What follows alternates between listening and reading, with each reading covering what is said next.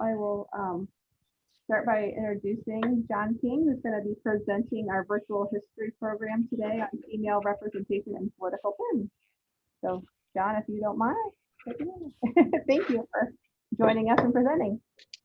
Oh, thank you so much for having me. I mean, I think this is entirely up to you, but if there's only a few of us, it's probably manageable if people wanted to ask questions along the presentation, if they wanted, or we could wait till the end. It doesn't matter to me too much, but start sharing my screen.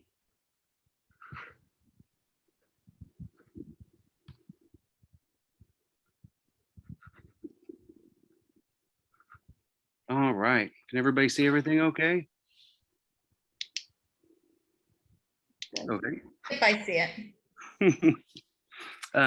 Great. Well, like she said, my name is John King, and I am a graduate research assistant here at the Bowling Green State University Browne Popular Culture Library, which was founded in 1969, and it is the most comprehensive library of its kind. We have many collections related to popular culture. As I was saying earlier, we have, aside from a large button collection, we've got matchbook collections, cigarette collections, doll collections, kind of goes everywhere that popular culture goes. And this talk will be one that I put together last year with the First Ladies Library for the 100th anniversary of the women's right to vote in America. And it covers female representations in political buttons from 1964 to 2016, so over 50 years. And so I have about 100 buttons we'll go through, and most of them are from the Bernard L. Carr Political Button Collection. And the themes will cover First Ladies, FLOTUS Hopefuls, First Families, female political candidates, and appeals to the female voter. Bernard L. Carr is an estate lawyer in Cleveland, Ohio, and he is an alumnus of Bowling Green State University. He's also a board member at the Rock and Roll Hall of Fame.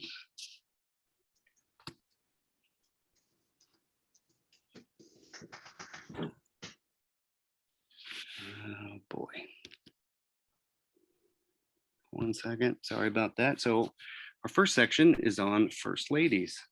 The earliest pins depicting the likeness of First Ladies in our collection are an oval portrait in the bottom left of Rosalind Carter, and a felt likeness with a little button face. It's maybe my favorite one in our collection. As well as these election style campaign pins for First Ladies, which is the most common that we've got for First Ladies in our collection. As we see here with re-elect Rosalind and re-elect Nancy. And then we have Kitty Dukakis, a hopeful that didn't make it into the First Ladies Club. The role of the First Lady can seem like an elected office all on its own, with spouses of presidential nominees often joining them on the campaign trail. As we see here from 1980, a campaign button of Ronald and Nancy Reagan behind the slogan, "Let's make America great again," which we've heard that slogan a lot lately. But a fun fact that I learned, and this is always fun being a researcher, is that the slogan, "Make America Great Again," has been used in US politics as far back as 1940 and has been used in US presidential campaigns since Barry Goldwater in 1964. Bill Clinton used it in 1992. Hillary Clinton used it in 2008. And then, of course, Donald Trump used it in both of his campaigns. Depictions of presidential candidates and their spouses could almost be mistaken as campaign pins of president and vice presidential candidates, with slogans such as victory and people first. Presidents and their spouses are seen here as team members with each other. And it isn't really until 1996 election campaign that we see a larger shift towards an emphasis towards first families, which we'll talk about in a little bit. Well, we'll talk about it right now. So we even see children of candidates thrust into the spotlight. The 2004 campaign button in the top left shows incumbent George W. Bush with Laura and their fraternal twins, Barbara and Jenna. On the top right, we see a campaign button from 2000, and it has Vice President Al Gore's daughter, Karenna, picture with the slogan, Youth for Gore and Karenna Rocks. Karenna Gore was the youth outreach chair for her father's presidential campaign, and along with actor and former Harvard roommate of Gore, Tommy Lee Jones, they officially nominated her father as the Democratic candidate at the 2000 Democratic National Convention. Also pictured on the bottom row are President Barack Obama's two daughters, Malia and Sasha, in the bottom right with her parents in the 2008 campaign, and again 2012 with the slogan, "Re-elect our daddy." Even pets of first families gain celebrity status. You might recognize this pup from the 2013 inaugural button. So that's Bo Obama, the Obama's Portuguese water dog. And so this was when he made it into his second term, his first dog. And then shortly after that, they adopted Sonny, another Portuguese water dog. So another big element of election campaign buttons are negative buttons. And negative buttons attacking first ladies are also represented all the way through our collection. The 1996 "Let's Kick Their Asses Out" button depicting the Clintons and Al Gore as donkeys being kicked out of the White House lawn by an elephant uses very similar wording as this 1980 "Let's Kick the Carters Out of the White House" button. This 1992 button showing a cartoon of George Herbert Walker Bush telling his wife that he shrunk the economy spoofs the 1989 Disney blockbuster film, Honey, I Shrunk the Kids. Once again, the Clintons are mocked as airbags in one button and lampooned in another over the failed business venture and subsequent scandal of the Whitewater Development Corporation, if you remember that.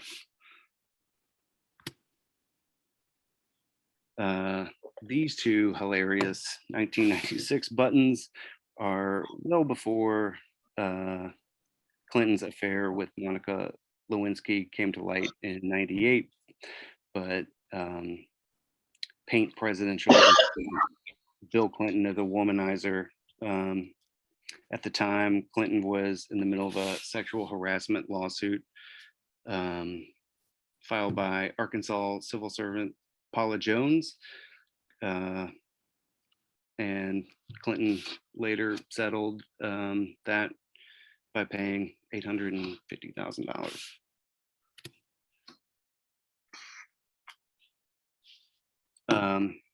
Surviving 2 terms as First Lady, 2 presidential campaigns, 2 terms as US Senator, as well as the 67th Secretary of State, Hillary Clinton has acquired a large assortment of negative campaign buttons, including moving to New York to vote against Hillary from her 2000 campaign for US Senate, and Monica Lewinsky's ex-boyfriend's wife for president from 2008. And then the defeat Hillary with the feet on them, and Hillary for prison. And the first time I gave this talk, someone asked if maybe the person who donated this collection had it out for Hillary. And as much as I can tell through this collection, is that it doesn't really lean one way or another politically. The collectors seem to like very unique buttons, and negative buttons can be pretty inventive. And also Hillary Clinton has been in the political world for decades, longer than most. So she's just collected more negative campaign buttons. But as far as I can tell, the collector kind of stayed neutral. He's got buttons from every side, as we'll see later, even third-party candidates and that kind of thing. Here's one of the more inventive negative campaign buttons, showing Walter Fritz Mondale and Dolly Parton, which seems to be in response to a National Federation of Republican Women luncheon that was held in 1984, where guest speaker Joan Rivers, in front of 2,000 guests, including Barbara Bush, Nancy Reagan, and others, joked about Ronald Reagan's opponent, Mondale, having a female running mate, saying that Dolly Parton should be his running mate, so that you could call them Fritz and Tits, because there'd be 3 boobs in the White House.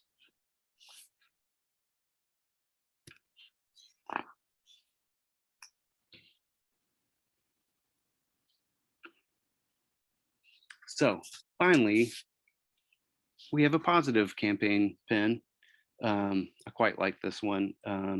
This is a button for Lady Bird Johnson in 1964, and it seems to be in response from an incident that occurred when First Lady Johnson embarked on a 4-day campaign trip to speak on behalf of her husband through 8 southern states aboard a train dubbed the Lady Bird Special. As Lyndon B. Johnson had just signed the Civil Rights Act into law, there was some resistance to Lady Bird's arrival in Richmond, Virginia. A Lady Bird was greeted by a banner that read, "Fly away, Lady Bird," taken from a child's nursery rhyme called Lady Bird. And so their response was, "Fly with Lady Bird." Okay, one last negative campaign button that brings us into the next section of family values. So once again, Hillary Clinton is the subject of ridicule in this 1996 button in relation to her recently published book, "It Takes a Village and Other Lessons Children Teach Us," which emphasizes the shared responsibility that society has for raising children. During the 1996 Republican National Convention, Republican Party nominee Bob Dole said, "I'm here to tell you, it doesn't take a village to raise a child. It takes a family to raise a child." And it's during this time that we see a focus away from the spouse of presidents towards family.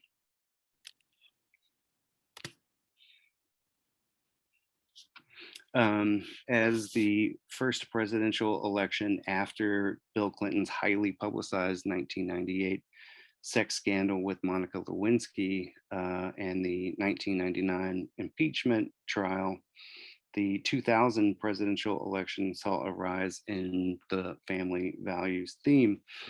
These Democratic Party pins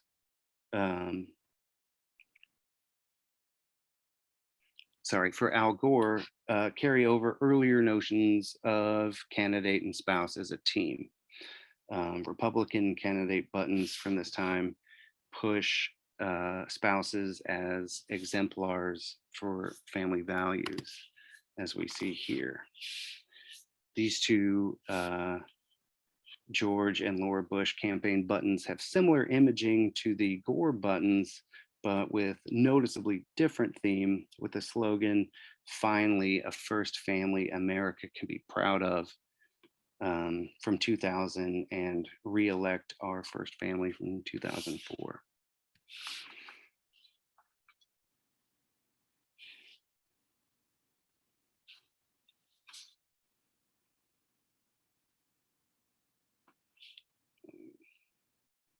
Let's see. Okay, so these two go even further with themes of family. On the left is a button from 2000 showing the entirety of the Bush family, and the image on the right is from 2004 and shows incumbent George W. Bush, Vice President Dick Cheney, and their spouses with the slogan, "First family, renewing America's purpose."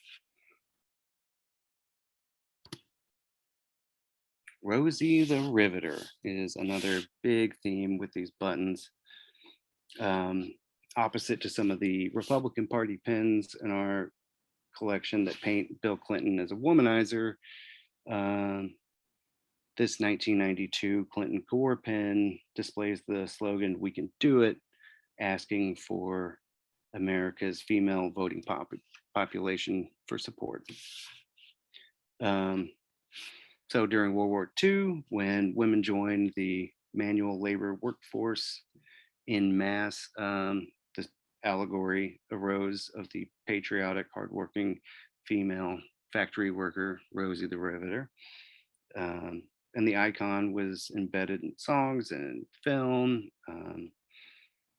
And this iconic painting by J. Howard Miller was used heavily in campaign pins through 1992 and 1996 with the Clinton campaigns, and again with Al Gore in 2000, and then with both of Hillary Clinton's campaigns in 2008 and 2016, as we see here. So up in the upper left side, we see Norman Rockwell's 1943 May 29th cover of Saturday Evening Post with Rosie the Riveter having a sandwich, which I quite like, used here in the 96 Clinton Gore pen, and again appealing to women by assigning the 1992 victory to the female voter. The iconic Miller image was used heavily in Hillary Clinton's campaigns, as well as the emphasis of mobilizing the female vote. This 2008 pen uses Miller's image with the augmented "Hillary can do it" in 2008 slogan, and going a step further in 2016 with replacing the face of Rosie with Hillary Clinton.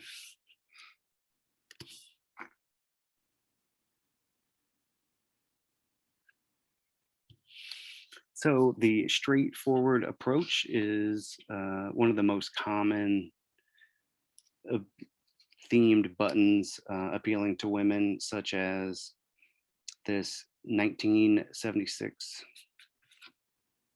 Oh, I'm sorry, I skipped one.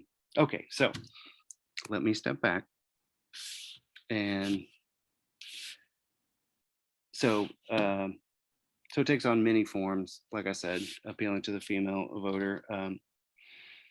With this Romney for women for Romney button, that's pretty straightforward. To more playful appeals, such as the Chicks Dig John Kerry button, buttons embedded with images of women, such as "You Bet Your Rump I'm Voting for Trump" from 2016, and buttons appealing to patriotic duty, the sash worn in the image of the suffragette in this 1996 Bob Dole campaign states "Spirit of 76 years," alluding to both the patriotic sentiment towards the Declaration of Independence, as well as at the time the 76 years since women in the US were given the right to vote.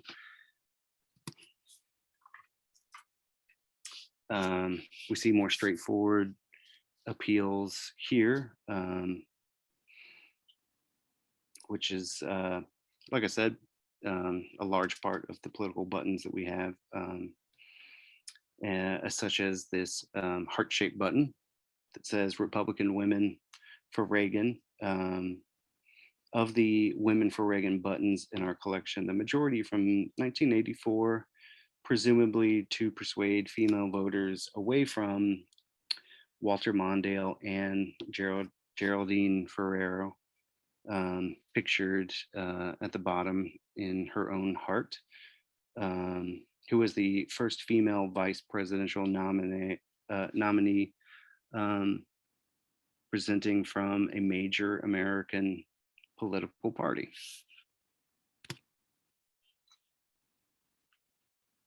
Among the various forms of female iconography in our George W. Bush campaign button collections are images of suffragettes, personifications of liberty, and the more whimsical Divas for Bush button there. For the 2000 presidential election, we see similar iconography with the Gore-Lieberman campaigns, as with the Bush-Cheney campaign, with various incarnations of liberty and suffragettes. On the Florida Women for Gore button, it has the subtext of 80 years with the vote.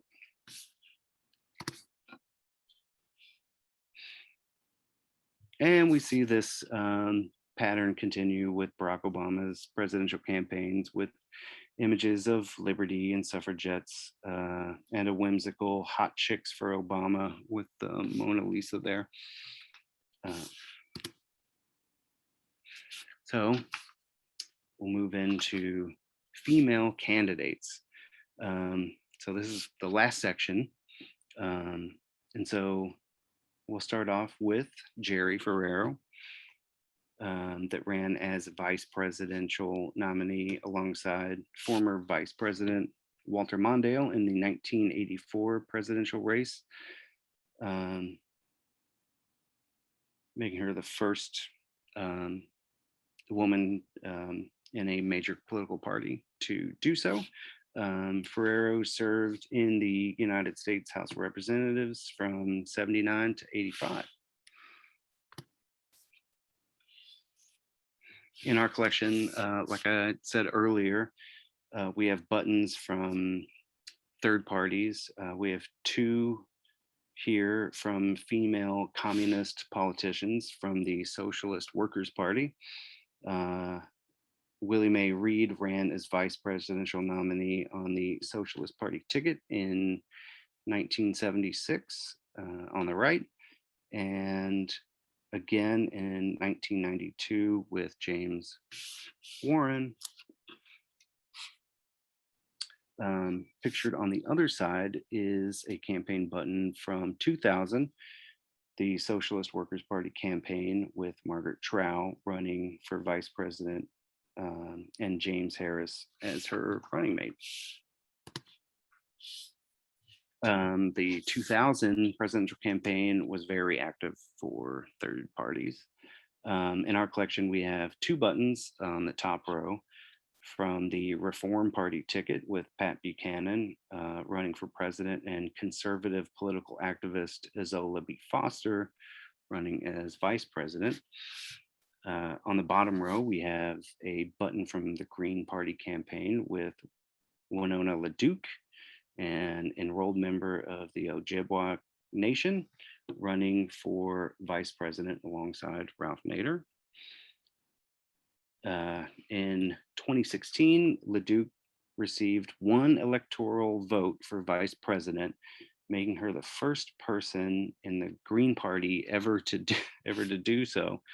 But she was not the first person of significant Native American ancestry to receive an electoral vote, which was Charles Curtis, member of the Kaw Nation, who was vice president of the United States between 1929 and 1933.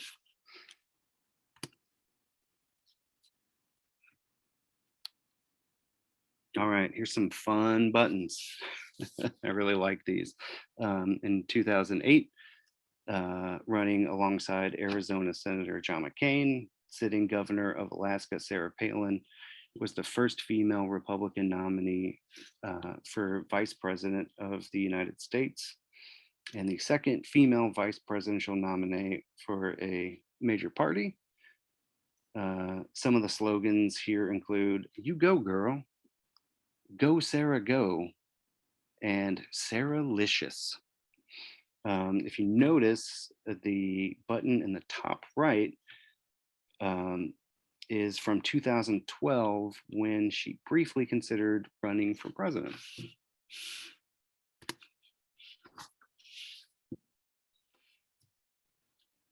Former First Lady Hillary Clinton ran for president in 2008 and in 2016. The second time becoming the first woman to be nominated for president of the United States by a major political party. These campaign buttons from her campaign in 2008 show a gamut of styles from the Hillary Clinton President 08 and America's First Couple with Bill Clinton in the traditional spouse's supportive position standing behind the candidate, to the more whimsical Dawn of the New Day with the rainbow and the hippies for Hillary.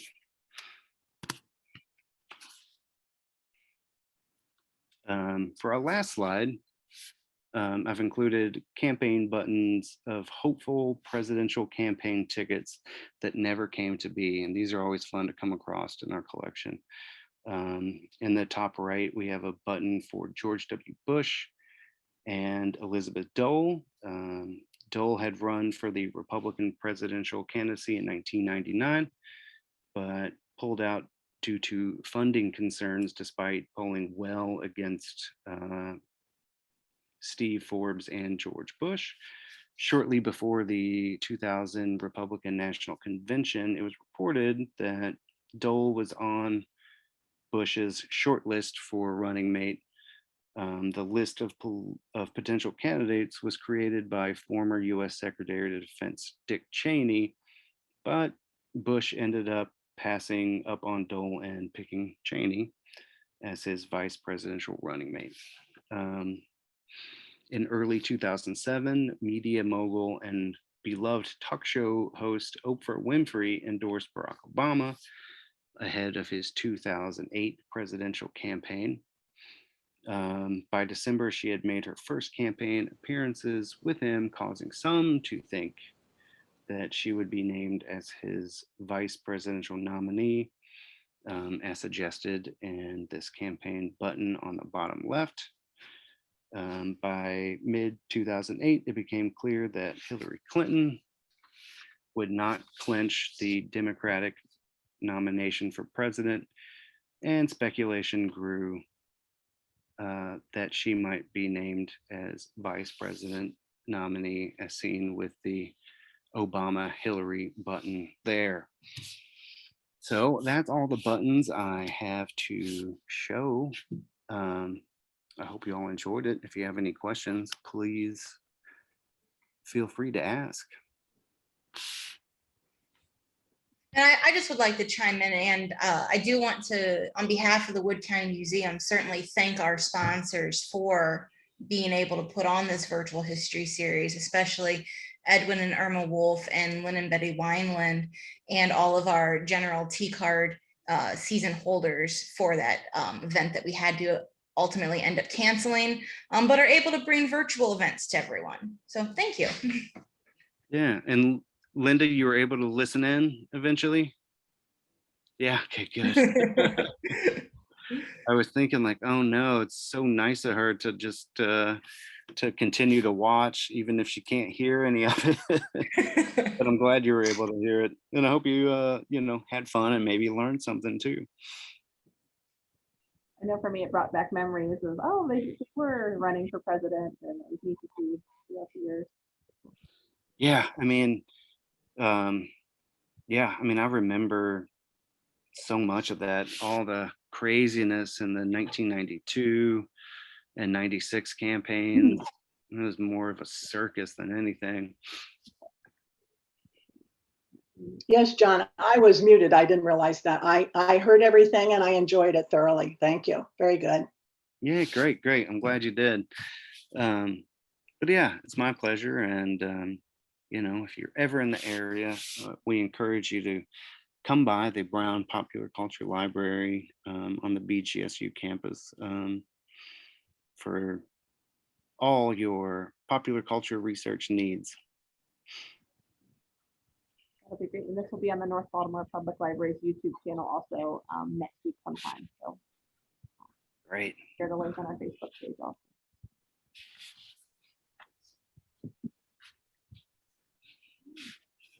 Bye.